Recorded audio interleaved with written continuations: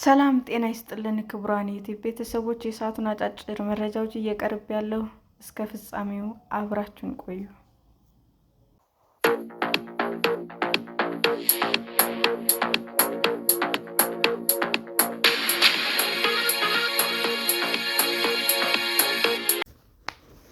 በዓመት ከ2 ሚሊዮን ብር በላይ የሚያገኙ ቲክቶከር እና ዩቲዩበሮች የንግድ ሥራ ገቢ ግብር ሊከፍሉ ነው። እንደ ቲክቶክ እና ዩቲዩብ ካሉ የማህበራዊ ሚዲያ መድረኮች በዓመት ከ2 ሚሊዮን ብር በላይ ገቢ የሚያገኙ የዲጂታል ይዘት ፈጣሪዎች እንቅስቃሴዎች በንግድ ሥራነት ተቆጥሮ ግብር እንዲከፍሉ የሚያደርግ ረቂቅ ሕግ ተዘጋጀ። የገንዘብ ሚኒስቴር ያዘጋጀው ረቂቅ ደንብ የዲጂታል ይዘት ፈጣሪዎች ማስታወቂያዎችና ስፖንሰርሺፖችን ጨምሮ በተለያዩ መንገዶች ያገኙት ሁሉንም የገቢ መጠን የሚያሳይ የሂሳብ መዝገብ እንዲይዙም ያስገድዳል። ኢትዮጵያ ውስጥ ጥቂት ለማይባሉ ወጣቶች የገቢ ምንጭ በሆነው የዲጂታል ይዘት ፈጠራ የሚገኝ ገቢ ላይ ታክስ የሚጣልበት ሁኔታን በዝርዝር የተቀመጠውን የገንዘብ ሚኒስቴር ባዘጋጀው የገቢ ግብር ረቂቅ ደንብ ነው። የዲጂታል ይዘት ፈጣሪዎች ለመጀመሪያ ጊዜ የገቢ ግብር ከፋይ ዝርዝር ውስጥ የገቡት ባለፉት ዓመት ሐምሌ 2017 ዓ.ም በጸደቀው የገቢ ግብር አዋጅ ነው። አዲሱ ረቂቅ ሕግ በአዋጁ ላይ የተቀመጡ ድንጋጌዎች የተመለከቱ ዝርዝር ጉዳዮች የያዘ ነው። ከ5 ወራት በፊት የጸደቀው አዋጅ ከዲጂታል ይዘት ፈጠራ ገቢ የሚያገኝ አንድ ግለሰብ ወይም ድርጅት ግብር መክፈል እንዳለባቸውም ደንግጓል። የዲጂታል ይዘት ፈጣሪ በሚባለው ዝርዝር ውስጥ እንደ ዩቲዩብ እና ቲክቶክ ያሉ የቪዲዮ ማጋሪያ አገልግሎቶች እንዲሁም እንደ ፌስቡክ ያሉ የማህበራዊ ሚዲያ መድረኮች ተጠቅመው ገቢ የሚያገኙ ግለሰቦችም ተጠቅሰዋል። የድምፅ ማስተላለፊያ እና የቀጥታ ስርጭት መድረኮች ላይ ገንዘብ የሚሰሩ አካላትም እዚህ ውስጥ እንደሚካተቱ አዋጁ ያስረዳል። ግብር የሚከፍለው እነዚህ ግለሰቦች ወይም ድርጅቶች በኦንላይን መድረኮች ላይ የዲጂታል ይዘትን በመፍጠር እና በማሰራጨት ከሚያገኙት ማንኛውም ገቢ ላይ እንደሆነም ተጠቅሷል። ይህ ገቢ በጥሬ ገንዘብ ወይም በአይነት የሚገኝ ሊሆን እንደሚችልም ያስገነዝባል። ማስታወቂያዎችና ስፖንሰርሺፖች እንዲሁም የገንዘብ ስጦታዎች እና የብዙኃን የገንዘብ ማሰባሰብ ግብር የሚከፈልባቸው የገቢ ምንጮች መካከል ተጠቅሰዋል።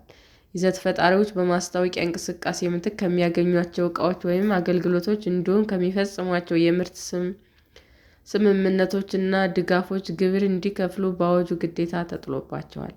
ግብር የሚከፍሉትም ከምን ያህል ገቢ ጀምሮ የሚያገኙ ይዘት ፈጣሪዎች እንደሆነም የተገለጸው ደግሞ አሁን በተዘጋጀው የገቢ ግብር ረቂቅ ደንብ ነው። ከዲጂታል ይዘት ፈጠራ የሚገኝ ገንዘብ የንግድ ሥራ ገቢ እንደሆነ ተቆጥሮ ግብር እንዲጣልበት የሚያደርግ 3 ሁኔታዎች ረቂቁ ላይ ተቀምጠዋል። የመጀመሪያው ሁኔታ ከይዘት ፈጣሪዎች ዓመታዊ ገቢ ጋር የተያያዘ ነው። የይዘት ፈጣሪው ዓመታዊ ጠቅላላ ገቢ ከ2 ሚሊዮን ብር በላይ ከሆነ ተግባሩ እንደ ንግድ ሥራ ገቢ ተቆጥሮ ግብር ይከፍልበታል። በፈጠራ ሥራ ላይ የተሰማራው ግብር ከፋይ በድርጅት መልክ የተቋቋመ ከሆነ የንግድ ሥራ ገቢ ግብር እንዲከፍል ይገደዳል። ይዘት ፈጣሪዎች በዚህ መደብ ውስጥ እንዲካተቱ የሚያደርገው ሌላኛው ሁኔታ ደግሞ ግብር ከፋዩ የሂሳብ መዝገብ የመያዝ ግዴታ ያለበት ወይም ተቀናሽ ወጪ ያለው ከሆነ የሚል ነው። ይዘት ፈጣሪዎች በዓመት ከ2 ሚሊዮን ብር በታች የሆነ ገቢ ማግኘታቸው ወይም እንደ ድርጅት አለመቋቋማቸው ግን ገቢ ከግብር ነፃ አያደርጋቸውም። እነዚህ ሁኔታዎች የማያሟሉ ከሆነ ሌሎች ገቢዎች በሚለው መደብ ውስጥ ገብተው ከጠቅላላ ገቢያቸው 15 በመቶውን የመክፈል ግዴታ እንደሚኖርባቸው ባለፈው ዓመት ለጸደቀ አዋጅ የተዘጋጀው ማብራሪያ ላይ ተገልጿል።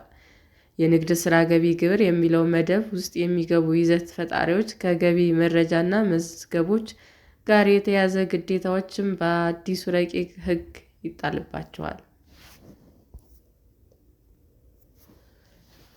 ይዘት ፈጣሪዎቹም ከሀገር ውስጥም ሆነ ከውጭ ምንጮች በአይነትም ሆነ በጥሬ ገንዘብ ያገኟቸውን ገቢዎች የተመለከተ ትክክለኛና የተሟላ የሂሳብ መዝገብ መያዝ ይኖርባቸዋል። በዚህ ሂሳብ መዝገብ ውስጥም ከማስታወቂያዎች፣ ስፖንሰርሺፖች፣ ከደንበኝነት ምዝገባዎች እና ከሌሎች ምንጮች የተገኘ ገቢን የሚያሳይ መግለጫዎች ማካተት እንደሚኖርባቸውም ረቂቅ ዘርዝሯል። ይህ መግለጫ ከዲጂታል አገልግሎት መድረኮች የተገኘ መሆን እንዳለበትም አክሏል።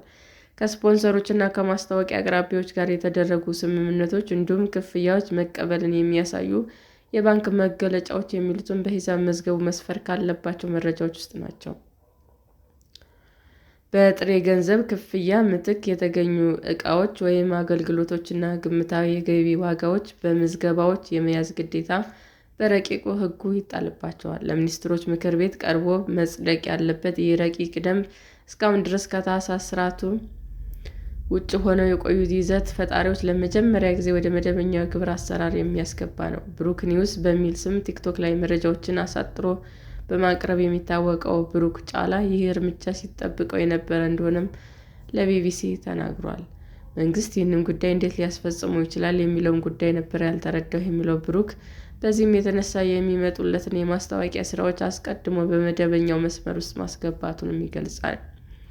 በግሌ የተለያዩ የማስታወቂያ ስራዎች እሰራለሁ። ይህንን በምሰራበት ሰዓት ቀጥታ የማስታወቂያ ፈቃድ ነው ያወጣሁት። ይህ ነገር እንዴት ይዳኛል የሚለው ወደ እኛ መምጣቱ ስለማይቀር የማስታወቂያ ፈቃድ አውጥቼ ነበር እየሰራሁ የነበረው ሲልም አስቀድሞ የወሰደውን እርምጃ አስረድቷል።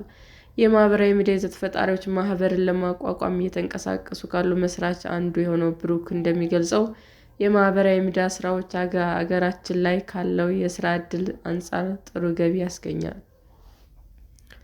የተቋማት ምርትና አገልግሎት ማስተዋወቅ እንዲሁም በቀጥታ ስርጭት ላይቭ ወቅት የሚሰጡ ወደ ገንዘብ የሚመነዘሩ ጊፍቶች ቲክቶክ ላይ ገቢ ከሚገኝባቸው መንገዶች መካከል እንደሆነ ይጠቅሳል። በይዘት ፈጠራ ገቢ እያገኙ ያሉ ወጣቶችም እዚህ ደረጃ ላይ ደረሱት ስራ በሌለበት አካባቢ ውስጥ ሆነው እነዚህን የማህበራዊ ሚዲያ መድረኮች በመጠቀም እንደሆነም ያስረዳል። ብሩክ የዲጂታል ይዘት ፈጣሪዎች ወደ ግብር ስርዓቱ መግባታቸው የሚደግፈው ጉዳይ ቢሆንም በረቂቁ ላይ በመነሻነት የተቀመጠው የ2 ሚሊዮን ብር ዓመታዊ ገቢ በጣም ትንሽ የሚል ምልከታ አለው።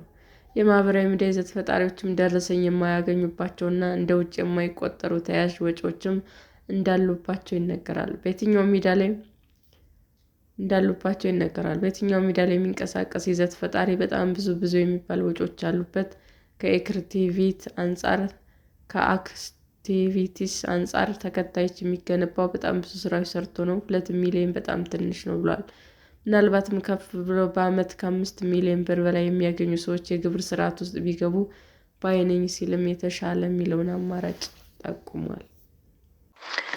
ሰላም ጤና ይስጥልን ውድ የዩቲዩብ ቤተሰቦቼ እንዴት ናችሁ?